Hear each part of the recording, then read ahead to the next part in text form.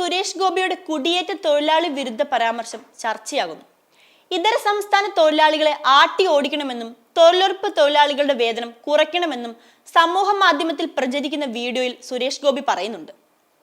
ആദ്യം ബംഗാളികളെ അടിച്ചോടിക്കണമെന്നും പിന്നെ എന്തിനാണ് ഇവിടുത്തെ ആളുകൾ പട്ടിണിയാണെന്ന് പറയുന്നതെന്നും സുരേഷ് ഗോപി ചോദിക്കുന്നു. തന്റെ പറമ്പ് വൃത്തിയാക്കാൻ ബംഗാളികൾ 1300 രൂപയോളമാണ് വാങ്ങിയതെന്നും വീഡിയോയിൽ പറയുന്നു. അവർ കൊണ്ടുവന്ന കൈക്കോട്ടിനും കുട്ടയ്ക്കും 100 രൂപ വാടകയും വാങ്ങിയെന്നും അതിനാൽ താൻ ട്രാക്ടർ അടക്കം തന്റെ സ്ഥലത്ത് വാങ്ങിയിട്ടുണ്ടെന്നും സുരേഷ് ഗോപി വീഡിയോയിൽ പറയുന്നു. ബംഗാളികളെയും തൊഴിലുറപ്പ് തൊഴിലാളികളെയും താരതമ്യം ചെയ്തും സുരേഷ് ഗോപി സംസാരിച്ചു.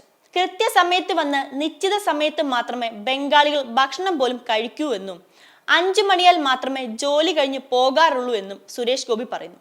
സിനിമകൾക്ക് കോടികൾ പ്രതിഫലം വാങ്ങുന്ന കേന്ദ്രമന്ത്രി സുരേഷ് ഗോപിയാണ് 1300 രൂപയുടെ കണക്ക് പറയുന്നതെന്ന് നിരവധി വിമർശനങ്ങളാണ് സമൂഹ മാധ്യമങ്ങളിൽ ഉയരുന്നത്.